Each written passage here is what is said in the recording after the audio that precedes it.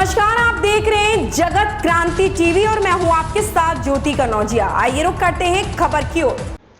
हरियाणा के यमुनानगर में Shri Ganesh entertainment society द्वारा मोहम्मद रफी नाइट का आयोजन किया गया, जिसमें प्रसिद्ध फिल्म अभिनेता रजा मुराद ने मुख्य अतिथि के रूप में शिरकत की। इस दौरान विभिन्न गीतकारों ने मोहम्मद रफी के गाए हुए गीत गाए, जिसके चलते लोग लगातार कई घंटों तक इस कार्यक्रम में बंधे रहे। अपने संबोधन में फिल्म अभिनेता रजा मुराद ने कहा कि वह इंसान नहीं फरिश्ता थे। आसमानी आवाज़ से लोगों के दिल दिमाग में रस घोलते थे। उन्होंने कहा कि वह सौभाग्यशाली हैं कि उनके साथ गीत उन्होंने गाए।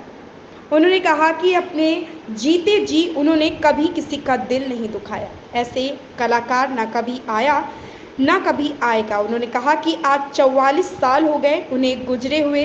जिस दिन उन्हें दफनाया गया उस दिन आसमान से बारिश हुई, जैसे आसमान भी रो रहा था। संबोधन रजा मुराद फिल्म अभिनेता, उन्होंने कहा कि उनके समय के गाए हुए गीत आज भी लोकप्रिय हैं। ढूंढेगा मुझको मेरे बाद जमाना ढूंढेगा, वक्त मेरे गीतों का खजाना ढूंढेगा। उन्होंने कहा कि गीत गाना उनका पेशा नहीं था, उनकी इबादत थी, तपस्या थी, आराधना थी। संबोधन रजा मुराद फिल्म अभिनेता रजा मुराद ने मोहम्मद रफ़ी को अपनी श्रद्धांजलि अर्पित करते हुए कहा कि हम उनकी डेथ एनिवर्सरी मनाते हैं। हमें 24 दिसंबर को उनका जन्मदिन भी मनाना चाहिए। आज के और पुराने दौर में अंतर पर बोलते हुए उन्होंने कहा कि पहले अनुशासन पहले नहीं था, अब काफ़ी अनुशासन है। पहले लोगों की ज़िंदगी पर बायोपिक नहीं बनती थी, आज इसमें ज़बरदस्त बदलाव आया है।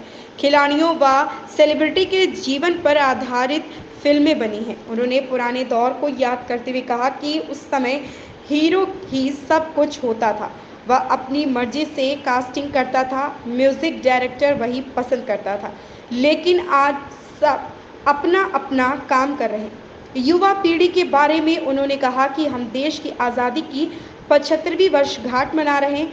ऐसे में मैं कहना चाहूँगा, हम लाए हैं तूफान से कश्ती निकाल के इस देश को रखना मेरे बच्चों संभाल के। मोहम्मद रफ़ी नाइट में विभिन्न कलाकारों ने मोहम्मद रफ़ी के गाए हुए गीतों को गाया, जिसे लोगों ने खूब पसंद किया और देर रात तक यह कार्यक्रम चलता रहा। यमुनानगर से राकेश भारती की रिपोर्ट। आप लंबे समय से फिल्मी दुनिया में हैं, आज का दौर और पुराना दौर, उसमें कितना अंतर मानते हैं और क्या कारण रहा इसका? नहीं, अंतर तो बहुत है और कुछ बहुत अच्छी बातें हुई हैं जो पहले नहीं थी। पहले इतना अनुशासन नहीं था, डिसिप्लिन नहीं था।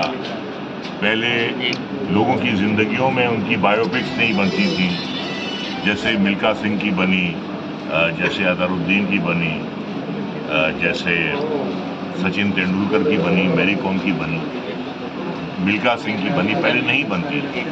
ये एक बहुत अच्छा चेंज आया है और जो प्रोडक्शन हाउसेज हैं एक डिसिप्लिन आया है। पहले हीरो ही सब कुछ होता था, अपनी मर्जी से वो कास्टिंग करता था, अपनी मर्जी से वो म्यूजिक डायरेक्टर लेता था। आज ऐसा नहीं है, आज हर आदमी जो है अपना काम कर रहा है। कास्टिंग डायरेक्टर अपना काम कर रहा है, स्क्रिप्ट राइटर अपना काम कर रहा है, हीरो अपना काम कर रहा है और प्रोडक्शन हाउसेज अपना काम कर रहे हैं। तो एक बहुत अच्छी तब्दीली आई है। युवा पीढ़ी के लिए क्या कहना चाहेंगे? युवा पीढ़ी के लिए मैं ये कहना चाहूँगा कि आगे चल के बागडोर जो है देश की, उन्हीं को संभालनी है और मुझे पूरी उम्मीद है, पूरा भरोसा है कि जो हमारे युवा हैं वो आगे चल के इस देश को संभालेंगे, इस देश को निखारेंगे, इस देश को संवारेंगे और एक तरक्की के रास्ते पर ले जाएंगे।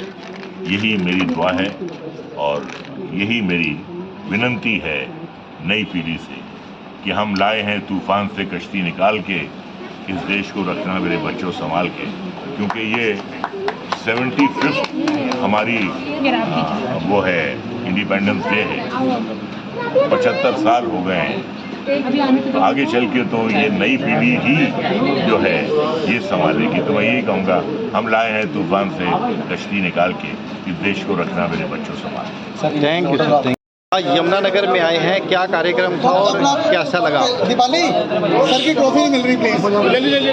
ये रफ़ी साहब की 44th डेथ एनिवर्सरी थी और पंकज अरोड़ा जी ने बहुत ही एक अच्छे म्यूजिकल प्रोग्राम का आयोजन किया जिसमें रफ़ी साहब के गाने सुनाए गए, रफ़ी साहब को याद किया गया। वो तो एक ऐसा लाफानी कलाकार है जो इस दुनिया में होकर भी ना होकर भी अमर है। तो और मैं रफ़ी साहब का बहुत बड़ा भगत हूँ, इसलिए मैं आया पंकज अरोड़ा जी के न्योते पर आया मैं। तो बहुत शानदार प्रोग्राम रहा, बड़े अच्छे गाने सुनाए गए रफ़ी साहब के और ये एक यादगार लम्हा था। मीडिया के लिए बाइट चल तो मैं ये कहूँगा कि हम हमेशा उनकी डेथ एनिवर्सरी मनाते हैं। मैं चाहूँगा कि जो उनका जन्मदिन है 24 दिसंबर को, उस दिन भी कार्यक्रम होने चाहिए।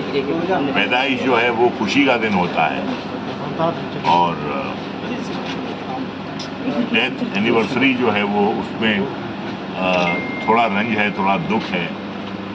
तो अगर प्रोग्राम रफ़ी साहब की याद में अगर उनकी पैदाइश के दिन भी हो तो बहुत अच्छा है, मैं यही कहूँगा। इस खबर में बस इतना ही। मिलते हैं दूसरी खबर में जगत क्रांति टीवी के साथ।